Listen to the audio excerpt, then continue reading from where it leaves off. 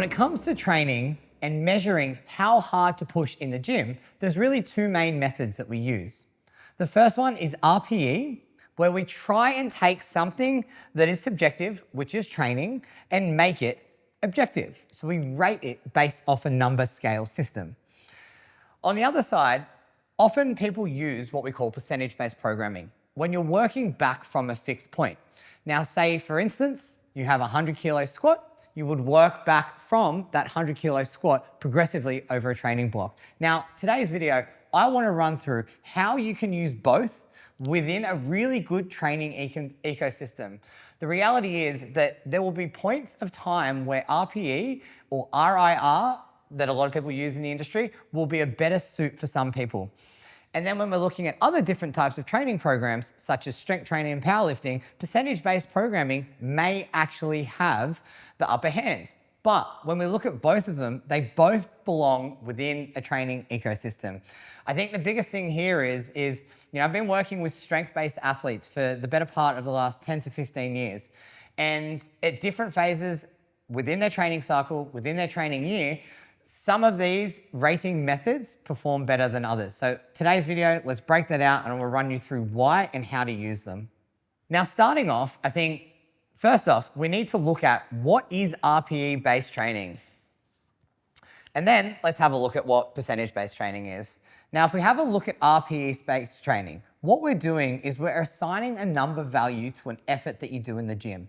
Now, this effort that you do in the gym, a 10 RPE means that you could not do any more reps. A 9 RPE means that you could do one more rep.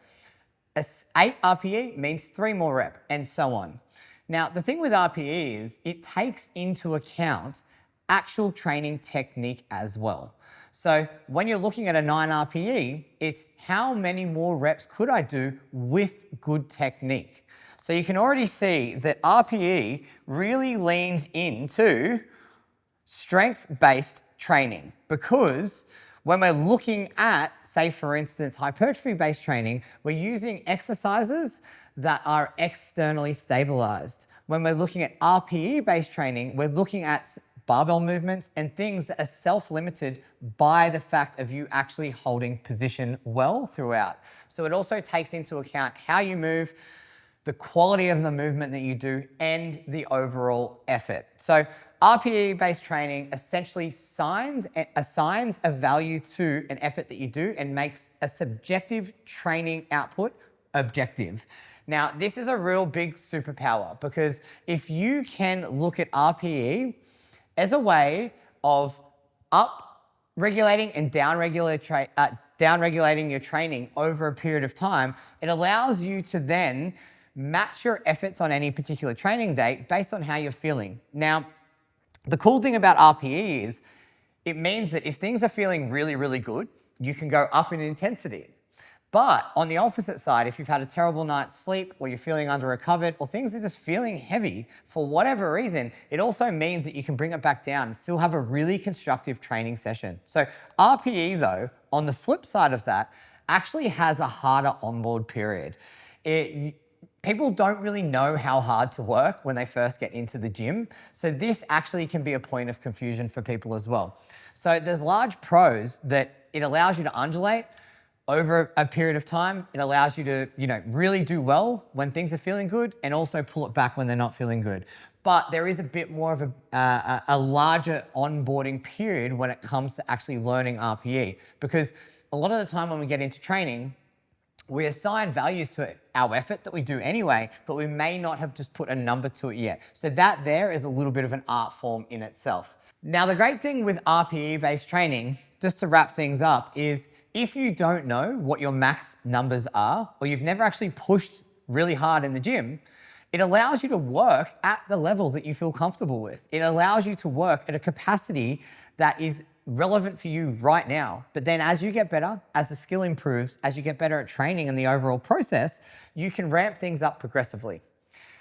The cons of this is, for some lifters, they really actually like having defined black and white, like hit this number, do this rep range, and you're going to make progress. For some people, it gives them a little bit of decision fatigue, and that makes for the training experience to be a little bit harder for them. They may overshoot or they may constantly undershoot, and that can be a point of concern for people. So the RPE is a really good system, and I think the RPE-based training system overrides every training program. Even if you do have a percentage-based program, the RPE-based training system is the ruler. But it just depends on whether you do your main lifts with it or you don't. Now, I'm going to move into percentage-based programming now and how to look at it and how to get the best out of it. Percentage-based program, I have used for years on end with lifters and gotten absolutely fantastic training results with them. With that, there are pros and cons, but I want to run through today the application of where they actually work really well into training programs and where you should avoid them. Percentage-based program is a really logical way to work. So say for instance, you have a max number that you've done, say a 200 kilo squat. You know that if you work between the 80 or say 75% and 90%, you're working within that strength range. So if you go above that, you know you're probably exceeding what you can actually do for any particular effort. So the percentage-based programming is great because it makes and provides constraints. Now, I have some of my lifters that are absolutely married to numbers and progress. And at periods of time through the year, it actually allows me to keep them within a percentage range. Now, say for instance, they've just done a really, really heavy training block. I can say, I don't want you working any heavier than 80%. So the pro of this is I can assign numbers knowing that it's between say 65 and 80% for instance, and they can just simmer and work in between that. And I know that they're making really, really good progress regardless. Now, the cons of percentage-based programming is often people get married to the numbers and they will override how they feel just because they don't want to let the training program down. They don't want to fail the numbers in the program. Now, as someone that's lifting and they're pushing, it's a great attribute to have. It is something that is really, really good from a growth mindset. But that actually can be a limiting factor for some people as well. So I think it's great because it provides constraints, but it also then can place limitations on people just more so from a mindset standpoint. Because if my program said, today you need to do 140 kilo squats for 3x8, I would probably want to do that. I probably wouldn't want to have to go backwards on that. It's just how our brains work. We want to progress and we want to keep pushing forward. But sometimes that's not always an option. So having constraints with percentage-based program works for you and against you at times. Now, the other cool thing with percentage-based programming is, say for instance, I've done a 200 kilo squat, but say leading up to that 200 kilo squat, the heaviest that I had squatted was 180.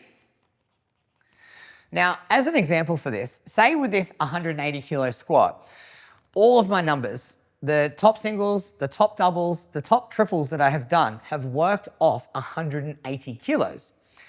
That means that now I need to do the same process, but for 200 kilos. So I need to do 3s, 2s, 1s as top sets for the 200 kilo squat. So I can logically go, okay, well, I've done all the sets and reps for the 180 and it's landed me on a 200 kilo squat when I peaked. But if I now do that for 200, we can assume the same to be true. If I spend 6, 8, 12 months just sticking to the program, doing the sets and reps, I know that when I get to the end of it, when I am doing top sets, that I should be able to peak in a similar way that I did with the 180 kilo squat.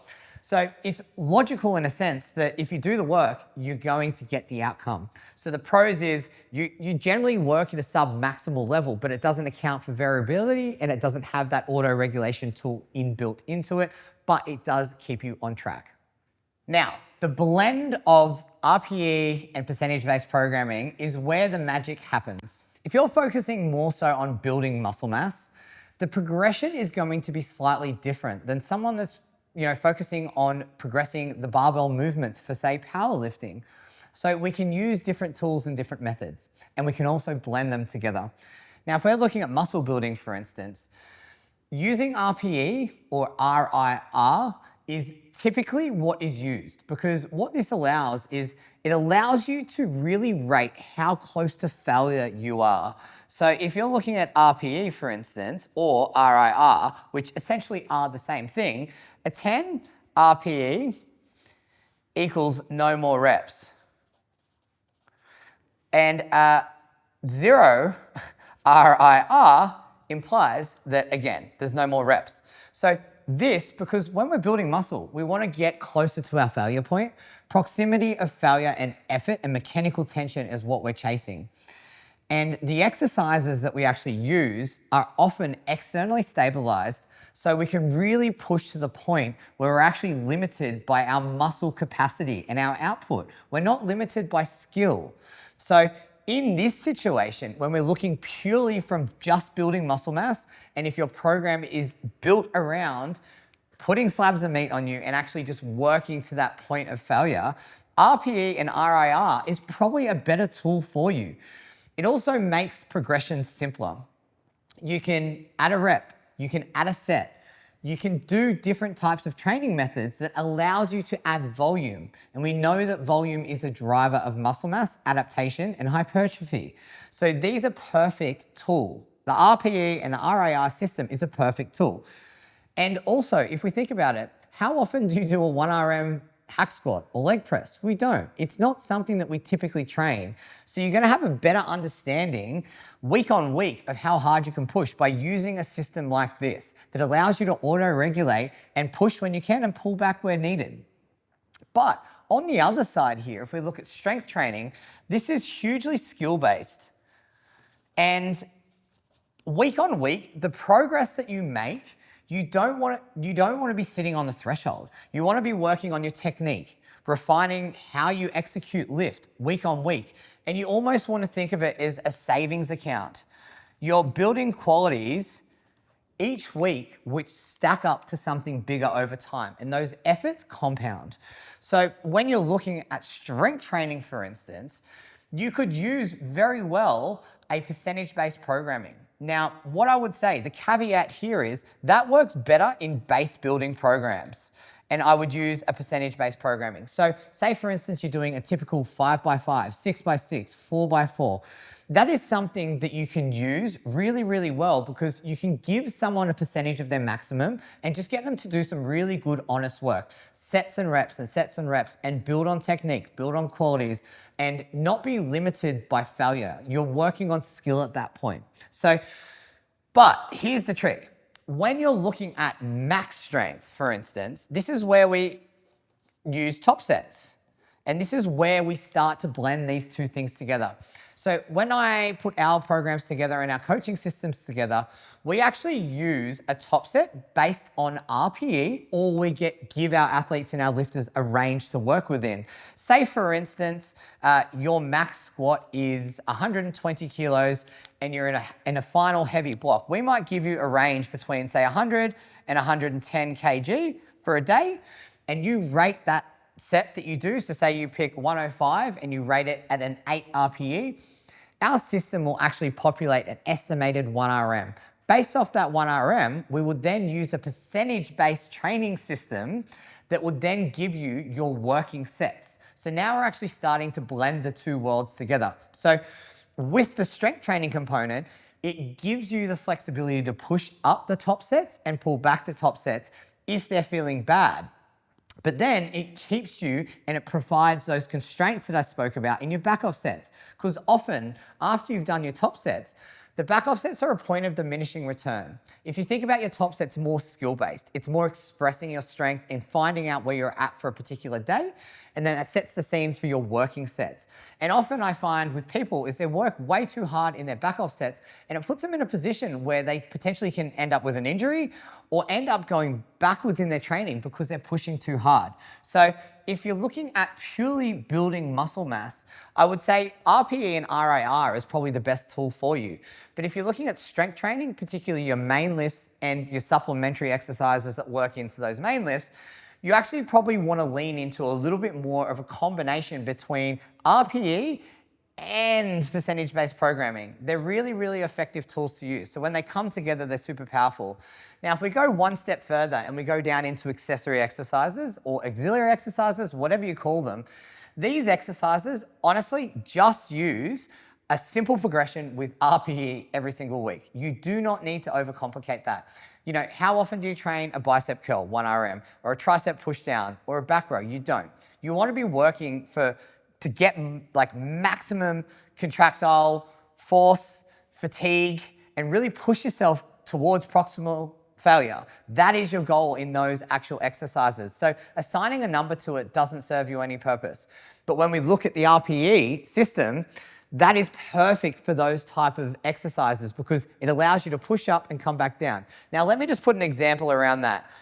If you're week 1 of a training program and you're doing biceps, these are an exercise that you may typically change the exercise more frequently. So you might not know what your start point is.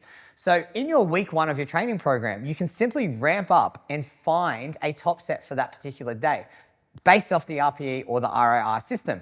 So say for instance, I'm doing alternating bicep curls. I might work up to 15 kilos on these alternating bicep curls and find a start point for my particular program.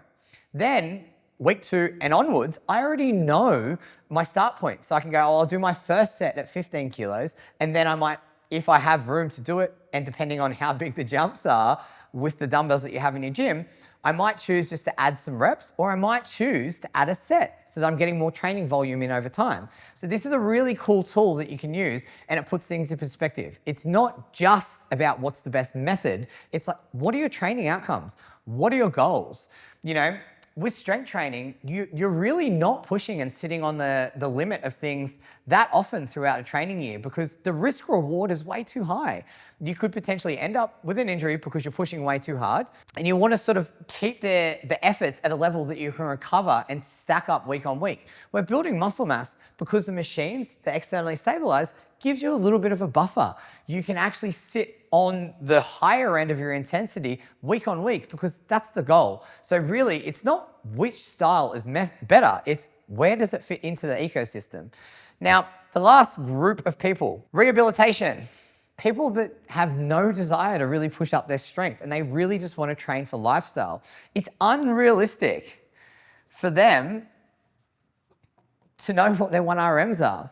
If you're coming back from an injury, you also don't have a base point. If I had previously bench pressed 100 kilos and I've had a shoulder injury, I have no idea what my 1 RM is right now. So you would actually rather build up using RPE week on week because then you can also account for pain, discomfort, and then you can undulate your efforts based on pain, how things are moving, how your brain feels, because that's a really big portion of it as well. You want to feel safe and secure. But if I've assigned you a number and I've gone, hey, I want you to hit 90 kilos for sets and reps, but your brain doesn't feel comfortable with those efforts, I'm setting you up for failure, right? So in a rehab setting, a lifestyle setting, or anyone that's actually just getting into training, we're subconsciously going to be assigning a value to the effort that we do anyway. And it's probably more so like, that was easy, that is hard. But if we use the RPE or the RIR system, we can very easily assign a value to it and make our subjective efforts objective. So to wrap all of this up, all of these tools have a place in training. And I don't think that one is better than the other. You could very successfully set someone up on a percentage-based program year round and get great results. You could also set someone up on an RIR or RPE RIR or an RPE-based program year round and have great results. But you've got to think about the type of training that you're doing and the outcome that you're trying to get. If you're sitting more in the muscle building and you have no interest in strength, you want to actually be sitting higher on that scale. And you're going to be using machines that are stabilized, which is going to allow you to push closer to failure. So you're actually probably better off using more of a subjective to objective system, such as the RPE system. But with strength training, often what we need to do is hold people back and keep them within a range so that they can work on their position, they can work on their control and work on the skill component. And often, if you're pushing way too hard in this population, They're actually limited by skill and their ability to maintain position over anything else. Actually not their effort and actually not muscle failure. But then, if we're looking at someone that is just training for general health, fitness, or coming back from an injury, we don't know maxes. We don't care about maxes at this point. So we just want to give someone a rating system of how hard that they can actually work over time. So really, it's a blend of things. So to wrap this up, I'm going to show you how you could use it in a really simple way across a year. If you split your year into 3 chunks, and this first section is hypertrophy. And you're working on building muscle mass. This is a perfect example of where you would use RPE or RIR, whichever one you prefer.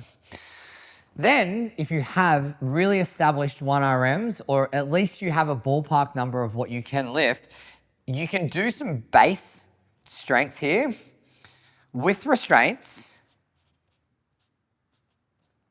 with percentage-based programming. Now, the cool thing about this is you can build slabs of muscle mass, and then in here, you can just work on the skill component of lifting, and you can work on doing sets and reps so that you're getting better at the skill itself. And then if you want to work on max strength down here, this is where you can use top sets and back off sets that combine RPE and percentage-based programs. Now, this is the example that I spoke about. You can work up to a top set, subjectively rate it, create an objective top set number, and then off the back of that, it populates your back off sets. So we know that we can push up if everything's feeling good, or pull back if it's not, and then it means that we're getting some really good, honest sets and reps in with constraints within the program. So as a coach, you can control how hard people are training, even if they overshoot or undershoot on their top set, because the system has it built in. But when we're working at hypertrophy, you can allow people to really give themselves a good nudge and not be limited by skill.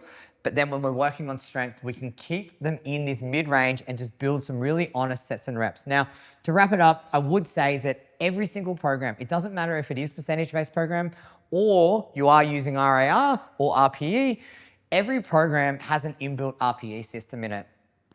If you're working too hard, you're obviously going to pull it back. But if you're working under, you're probably going to have to up it a little bit. So even if you do have, say, a percentage-based program and it's way above the threshold that you can recover from, you're either going to have to reduce the numbers or reduce the auto-regulate on that particular day. This is a tool that we use to make sure that you can continue to train over time in a sustainable way.